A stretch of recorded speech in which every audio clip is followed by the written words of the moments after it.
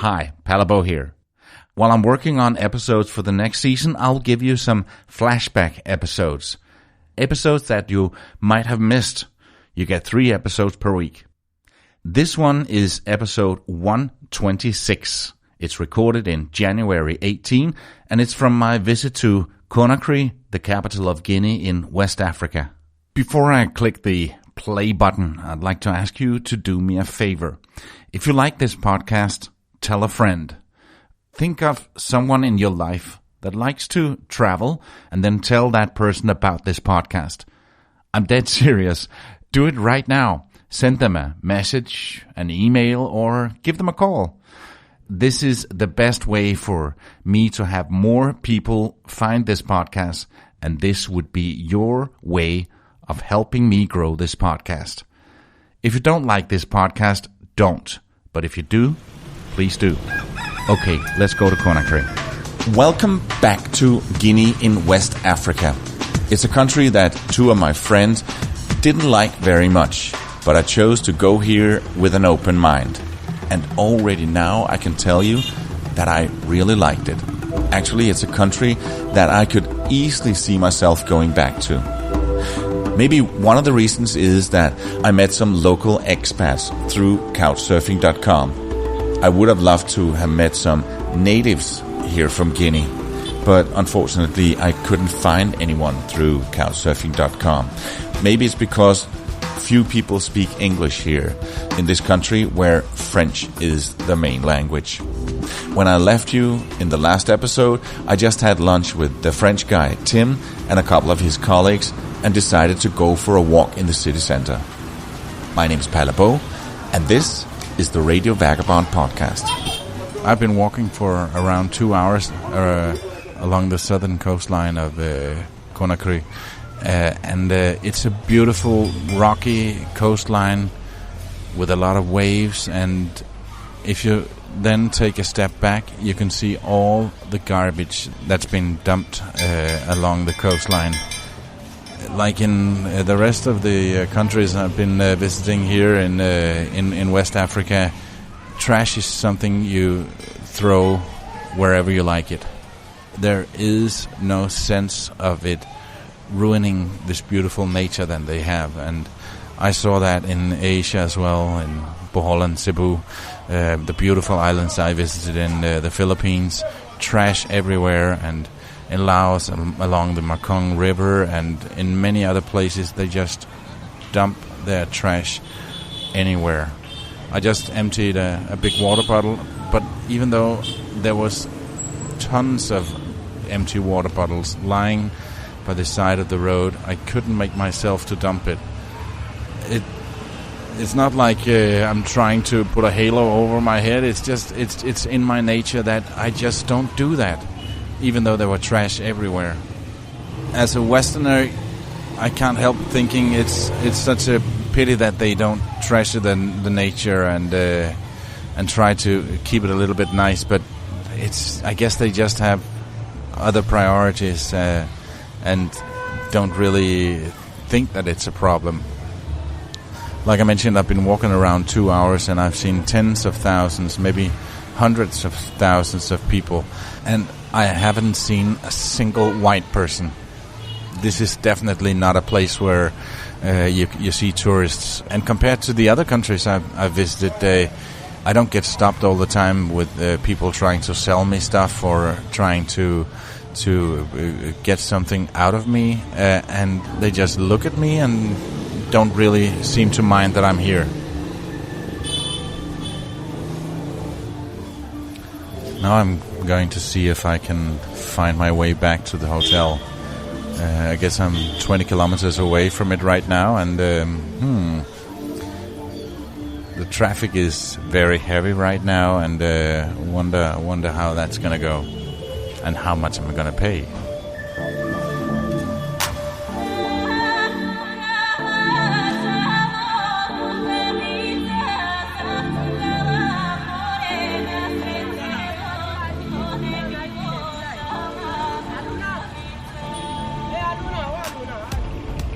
This episode is brought to you in part by Hotels25.com. It's a website that helps you find the best prices on hotels and guest houses and hostels around the world. Hotels25.com. Okay, now I'm back at the small hotel, or as it's called, Le Petit Chalet Hotel. And the neighborhood I ended up in when I last spoke to you was actually very nice and more vibrant than where I've been walking so far. There were a lot of markets and there were a few people that stopped me trying to ask if I wanted to change some money or buy something, but most of the time I was just a fly on the wall looking at the life in Conakry. I just checked on my health app on my phone. I walked around 10 kilometers today, 7.5 miles, so I did a lot of walking. At some point, I thought I would get another moto to take me home, and I stopped a guy. His friend was beside us on his scooter, and as we were negotiating the price, out of nowhere, a policeman showed up, and like a ninja, he took the key out of the motorcycle, so he couldn't go anywhere. His friend on his just like whooshed out of the place in a hurry. I don't know what the problem is. If it's illegal to take passengers for money, or what the deal is. He wasn't wearing a helmet, but I'm pretty sure that was not the problem. I don't think it's something they pay a lot of attention to right here. But then they started discussing. I don't know what they said, but I got the impression that my guy was saying, "Oh man, come on, let me go. I was only going for a ride. Please give me the key back." But I couldn't tell for sure. I was there for a couple of minutes and then walked on and found his friend a little bit further down the street. Then we were negotiating price, and I think that he wanted to leave, and that was to my advantage. So he said 50,000, I said 30,000, and then he said, okay. I got on the back of his motorcycle, and then we went on the high-speed 4-lane road out of town. They reversed the traffic for going into the city in the morning, and then all 4 lanes out of the city at night. So we were going quite fast. It was, I guess, around 20 kilometers back to the hotel. A lot of the time was on the 4 lane, and then we got onto the smaller roads, and he put his helmet on because traffic was crazy there. I didn't have a helmet, and as we were zigzagging in between buses and cars and pedestrians and dogs and kids and all the other motorcycles, I thought I really need to hold on here. But then I saw in front of us there were 2 guys, and the guy on the back was holding a windshield to a car sitting on the back of a motorcycle, and they were zigzagging in and out of traffic just as much as we were. I thought, okay, if he can do that, I can definitely be here and hold on to this. It's not so bad. Even though I had to be the one navigating us, I was holding my iPhone trying to look at Google Maps, telling him where to go left and right. But we managed to do so, and I had a very good day. I must say, Conakry has only been a pleasant surprise up until now. Before we continue, I just want to say a deep, heartfelt thank you to the people who wrote a review in iTunes or your podcast app. This means so much to me. Thank you. Okay, it's day 2 here in Conakry, Guinea, and it's almost 1:30, and I'm meeting one of the locals that I got in contact with through Couchsurfing.com, like I did with Tim yesterday. But John is, I think, one of the locals from here, but I guess we'll find out. I don't really know that much about him, but it's the first of 2, maybe 3 meetings that I'm having here today. I still need to hear from one of them.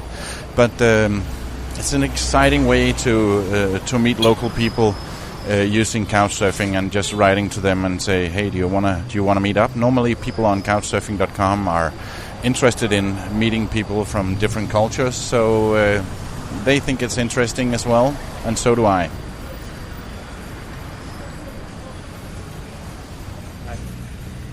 John? Yeah. Hi, John. How are you doing? I'm good. Okay. You managed to find me. Yeah. Hi. I'm Sheriff. What? Sheriff. Sheriff? Yes, sir. Oh. Yeah. So how are you doing? This is a nice place. Yeah. It turns out that Tim brought his friend Sheriff. They're both from Sierra Leone. We sit down and have a cold beer. So now I'm here with John and Sheriff, both guys from Sierra Leone. Sheriff, you came a few months ago. And John, you came like 8 years ago. 8 years ago, yes. I've been here since 8 years ago. Why did you come here? Why did you leave Sierra Leone? I take it moving different countries to see what can I do, because my country is like it's not encouraging for youth, you know. We have so many graduates have been in university, come out, and there's nothing for me to do. And so like I figure what can I do, and I decided to come to Guinea as a French country, and I'm an Englishman, and say, okay, if I'm in Guinea, I could learn French and see what else can I do. Oh yeah, the official language in Sierra Leone, that's English? Yes, it's English. It's English, official language is English, and we have Creole, a broken English. Yeah. So like being in Guinea is like a whole new chapter, okay? Because people admire English, and you have a lot of things going, a lot of foreigners coming, and a lot of investment coming, and most like English. Mm-hmm. So like I have this advantage, like, okay, I speak English, I can try it in Guinea and see what's going on. So like since then I'm here like doing all this thing. And I think it's worth it for me coming here. Yeah, and now you're fluent in French? Yeah, I'm fluent in French. Je peux parler quand même le français. And Creole, but I thought Creole is like a broken... We have the Creole, the Portuguese... like in Guinea-Bissau? Guinea-Bissau, and we have Creole. Creole, Creole, it's like a broken English, like the Jamaican broken English. So what does that sound like? Say something in Creole. Well, I can say anything I want to say. It's it just sounds like we Jamaican they talk and Salomon they talk, you know. I like that. So what do you do here now? Presently, since past 4 months, I've been working on scrap metal, HMS. We have a base company in Florida, Miami, which a very energetic lady is running now. And so we're buying the scrap metals, and we're exporting. Yeah, which is very good. Yeah. So life here is better than it was in Sierra Leone? Yeah, sure. It's more better. It's more encouraging because you can do what you want. You can explore yourself. Like, you're free, you know. No government suppression and all this stuff. Like, but in my country, you know, it's not encouraging for a young man. It's not encouraging for business. Business is not encouraging either, because you have all this lot of stuff. People coming after you, government coming after you, pay a lot of tax, and there is no business going. You know, youth, no job. 80%, 85% of people are less job, no job. I hear that in so many places, that young people come out with brilliant university degrees and can't get work, and then they be a taxi driver or doing something random or doing nothing. Doing nothing, just like my brother. He has a degree from a university, and he has no job, nothing, you know, and there's no prospect. He's not seeing, where am I going now? No way. The system in Guinea is more encouraging. First of all, you're talking about accommodation. Yeah, I heard that the rent here in Conakry is extremely expensive. It's not that extremely expensive to back in my country, okay? Because here I have a single room, a single self-contained room, a parlor and a toilet, which I pay like 50 euros, okay? But in my country, there's no way. I have to pay like 100 euros or so. And I have to find it for more than 4 months to have it. When I spoke to Tim yesterday, the French guy, he told me some of the rent, and for me as a European, everything is cheaper than it is in my country, but the rent was more expensive. But maybe that's the areas he's looking in. Yeah, most of Westerners coming here, they look, they have these expensive places to live, okay, with all those access. And, so they may have expensive places. But for me as an African, I only need all those basic stuffs I need. Just a single room, a parlor, maybe a kitchen or a bathroom and all this stuff. And I have one which I pay like 50 euros monthly. Monthly. Yeah. And they take the rent from me monthly, not annually, okay? So like in my country, you have to pay annually, cash. Whoa. Annually, you have to pay that cash, okay? And you can't even afford to live alone. Who can raise that kind of money? With no job. That's the thing, with no job, no access. Internet access is like shit. Yeah, I buy internet in my country like $1 for 75 megabytes, okay? Yeah. And here, I buy it for like 70 cents. Whoa. 70 cents for 250 megabytes. Whoa. And in my country, I buy $1 for just 75, and here I buy 70 cents for 250, which is all good, and they are more faster internet.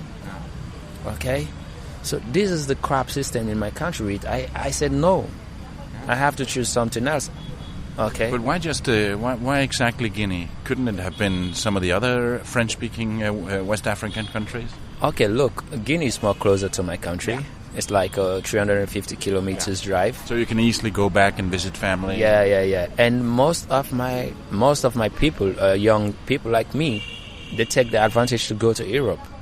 And I think to myself, okay, I'm not the kind of person try to go to Europe to find to see the skyscrapers and do all this stuff. No, I want to make a better life, and I think I have more opportunity in Guinea than finding my way to Europe. And if I've been to Europe, I have a 4 years free, which I'll be doing nothing, just finding myself an accommodation, my paper, working permits, and all this stuff. And more expensive there as well. And more expensive. Yeah. 4 years, okay? And I've been here 8 years. I mean, I'm not that rich, but I can afford my basic need. Yeah, it's all good for me here. When I asked John about the political system in the two countries, Sierra Leone and Guinea, he says this. This is it, the political system in my country, okay? Here, people based on a bit tribal, okay? But they are not into politics. Guineans are not into politics, okay? Because they got a lot going and they have less to do with politics. Yeah. Okay, so when the time comes, it comes. Yeah. Okay, and when it's done, it's done. Yeah. Okay, they have their own thing in politics, but in my country, it's like 24 hours, 366 days. Okay, 7 days a week, it's all politics. Yeah. If you need a job, you have to be in the system, the political system. Yeah. You have to be with the party ruling, the political party in power to have all these things stuff for you. Yeah. So everything in my country is like politics. Doing business, you have to be in politics. Yeah. Okay, being as a student, a university student, or whatever, you have to be in politics. So this is all about in my system. The system is crap. It's crazy. Yeah, it's not encouraging, So if you don't want to be in the system, there is no way for you. And being in the system is so hard. It's not like that. So it's not encouraging for any young man. But are there free elections? Is it a democracy, or is it all corrupted and the people in power, they make sure that they stay in power? Oh, that is it. Everywhere in Africa. Well, in Senegal, not so much.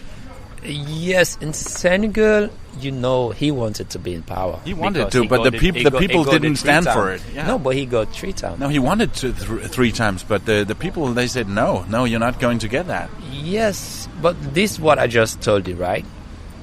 You have to be in the system to make it up in life in my country. So once you're in the system, and you will be with the... And you have friends in high places. You have friends in high places. So when election came, you have to vote them in because of your interest. Yeah. Okay? So this is it. And maybe the very poor people, they don't really care about elections. They do care about election. They do care about election. But what I'm telling you is that this is the worst thing my country did to our people. Okay, it's education. They cut off education from people. They don't give them education.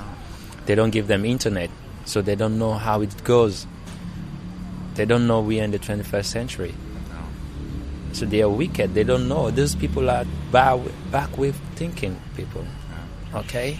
So in my country, it's like the people doesn't know are more than the people that knows. So election is numbered. So if they are numbered than the ones that know something, then it's always been like that. Yeah, I can see that.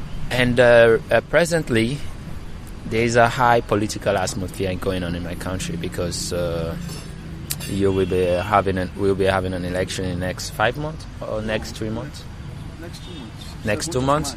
Next 2 months. Okay, we will be having an election, and there have been 2 political parties since the days of independence, which have been holding on to power. Okay, and now there is something new coming. A new guy with the real talent.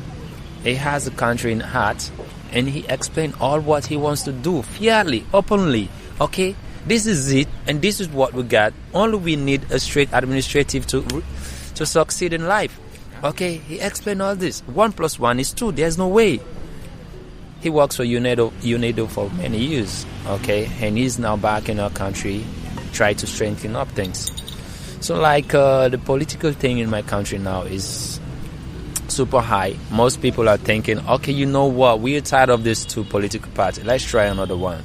And the ruling party are oppressing, putting pressure on this guy, on this guy not to succeed, so they're doing all kind of stuff to let him fail. It's sad. So what do you think the future is? Is it going to change, or is it going to be more of the same for the next many, many years?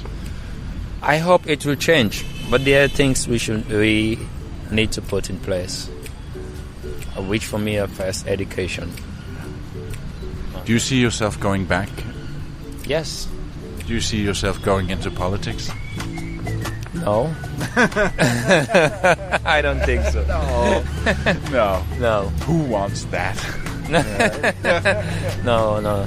I don't see myself into politics. Yeah. And I can take anything you can throw at me, and nothing can get me down.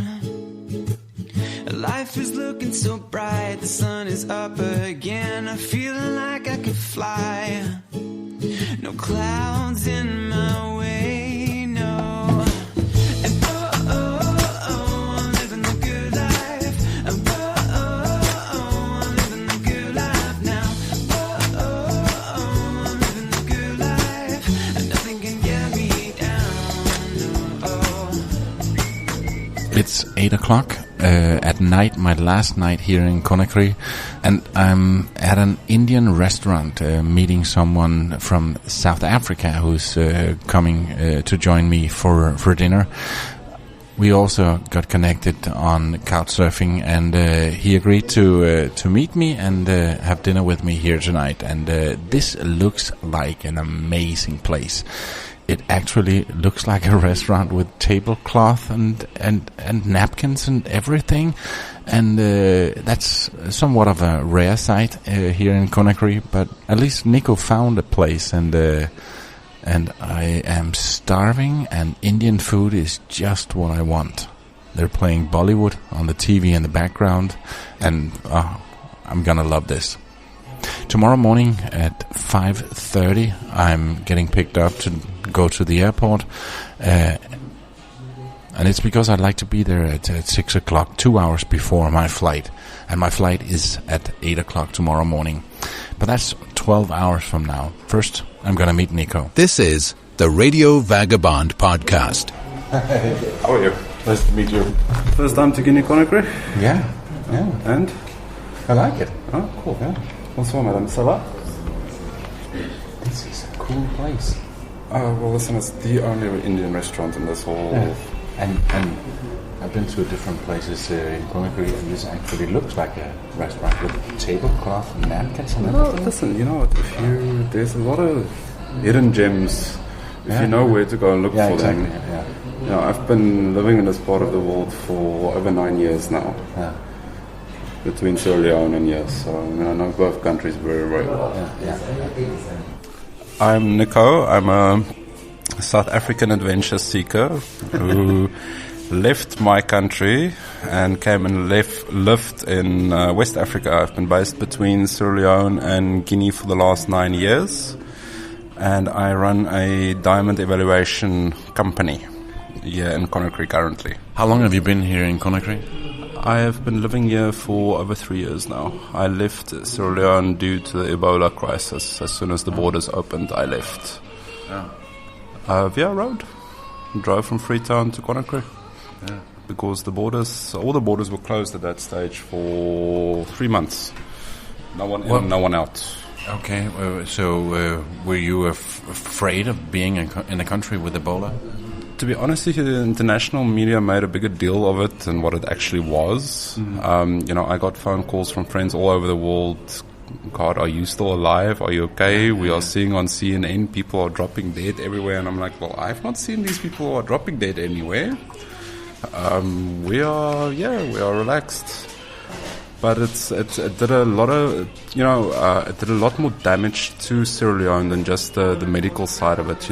Business-wise, a lot of people went bankrupt. Well, and all the Western African countries, they suffered from it. I spoke to some people that run a hotel in Gambia, even though there were no Ebola there, but people just stayed away. No, but this is why I said the international media a lot of times do a lot more harm than good, because it's bad reporting. They don't have their facts straight. It's one thing sitting over there and hearing what's happening over here and then trying to take something to spin it, to make it sensational, so your ratings go up and more people view your channel, then your ratings go up, and it's rubbish. And so it's fake news.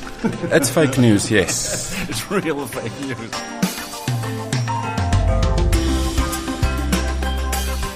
What kind of country is this that makes you stay? This is the kind of country where opportunists can make a lot of money if you actually have the balls, number one, and the patience to do it. When I left South Africa, I left mainly because I could not find a job because of my color. Yeah, I know this sounds very weird. I'm white and I could not find a job. Well, at that stage, it was this whole black empowerment thing. Are you from the Western Cape? I'm from the Western Cape, yes. Which is predominantly white. Predominantly white, but things started changing there at one stage, but it's now getting more or less back to normal. But anyway, I couldn't find a job, so I left. I went to Antwerp. I studied at HDR. I got a diploma in diamond evaluation. I went to Sierra Leone, and I actually scratched out a living by myself. I built a business from the ground up. And I can promise you it was not always easy. There were some really, really hard, rough times. And learning by doing. Oh God, yes, it was. This was a complete and utter learning experience. You have to sometimes lower your standards of how you will do things, and sometimes you have to forget about your morals you got taught as well. It was a complete and utter. When I first came to Conakry, the first time I came here was about 7 years ago, and it was a complete and utter culture clash. I didn't speak a word of French, and my French still is not very good, but still somehow I do manage to actually make a living here without speaking very, very good French. It's not for everyone. It's not a tourist destination, although it is actually a shame. Yeah. I saw when I spoke to the French guy yesterday, Tim. He showed me some pictures. He had some video of some beautiful drone shots of waterfalls and beautiful nature. And yes, but then he said there's hardly any tourists here. They just don't want to come here because the place has got a bad rep. You know, you have to understand. But it's an undiscovered jewel that talking about diamonds, and I can show you photos of a place called Bel Air. I spent New Year's there, and it's the most untouched beach. I mean, most of the beaches here, because the locals don't go to the beaches because most of them can't swim. Apparently, they're not very fond of the water. You know, water is for bathing and drinking, not for to go and swim in it. And it's, you know, there's also the learning thing you're talking about. You have to remember, most of these people here are uneducated, eh? Even if you look at high-ranking government officials, I mean, some of them are not educated. There's nothing between their ears. But they are in a high-ranking position and they have to make strategic decisions for the country every day. Great example, the EU gave... How's more food coming? We should probably start eating and eat some more and talk some less. No problem. Thank you, Mukesh. You know, the EU gave them funding to build roads. And they were specifically supposed to build the road from Pamalap, which is the border between here and Sierra Leone, to Conakry. That was about 8 years ago, and that road up to today does not really resemble a road. No. Although if you go to the Sierra Leonean side, they actually did use their EU money to build the road because there is a proper tar highway going from their border side to their capital. Mm-hmm. So yeah, corruption is also, it's a very big problem, yeah. And then, yeah, healthcare, we won't go down that road. Don't get sick here. No. You do not want to get sick here. There is no decent healthcare here. Has that ever happened to you in your time here? I have had malaria more times than I care to remember. I've had typhoid. I've had cholera. I've had Lassa fever in Sierra Leone. What did you do? Bad luck. But how did you? What did you do to cure it? Did you go back to? Lassa fever. I got flown out from Freetown to Accra because they didn't know what to do with me in Freetown. I almost died. I ended up. Luckily, I've got international health insurance, which actually does cover this kind of crazy shit. And yeah, I've got flown out to Accra, and I spent about 2 months in hospital there, recuperating. Lassa fever, by the way, is a very close relative of the Ebola virus. But there is luckily a vaccine for it, which is fairly effective. Though you still need to go in every 2 weeks to just do a check that it is really gone. Yeah. And also no sex for 3 months, apparently. That's also not enough. I'm not quite sure where that fits in with the whole you are cured kind of part of it, but no sex for 3 months. But you know what, it also, you have to take the good with the bad. You know, I've never had a dull moment here. Every day is a new adventure. And no day is like the other day. You know, work-wise, yeah, I don't have a 9 to 5. Like, you know, I go to the office every morning, I do I work for myself. If I want to wake up at 11, I wake up at 11. Yeah. If I don't have clients here, great, holiday for 1 week. Whatever, you know, it's once you get to know the place and you start getting to know people here, it's actually a pretty cool place to live. Let's eat. That was it here from Guinea, and my next stop on my African journey will be Ethiopia. But that's coming up a little bit later because for the first time I'm breaking the chronological order of these podcasts and will share some exciting stuff that I just had in the small country Antigua and Barbuda in the Caribbean. That's coming up in a week from now, and on Friday you can get another interview with a guy from the Netherlands who's also traveling full-time with a quest to visit every country in the world. Meet Traveling Tom Tom on Friday. My name is Palabo, and I gotta keep moving. See ya.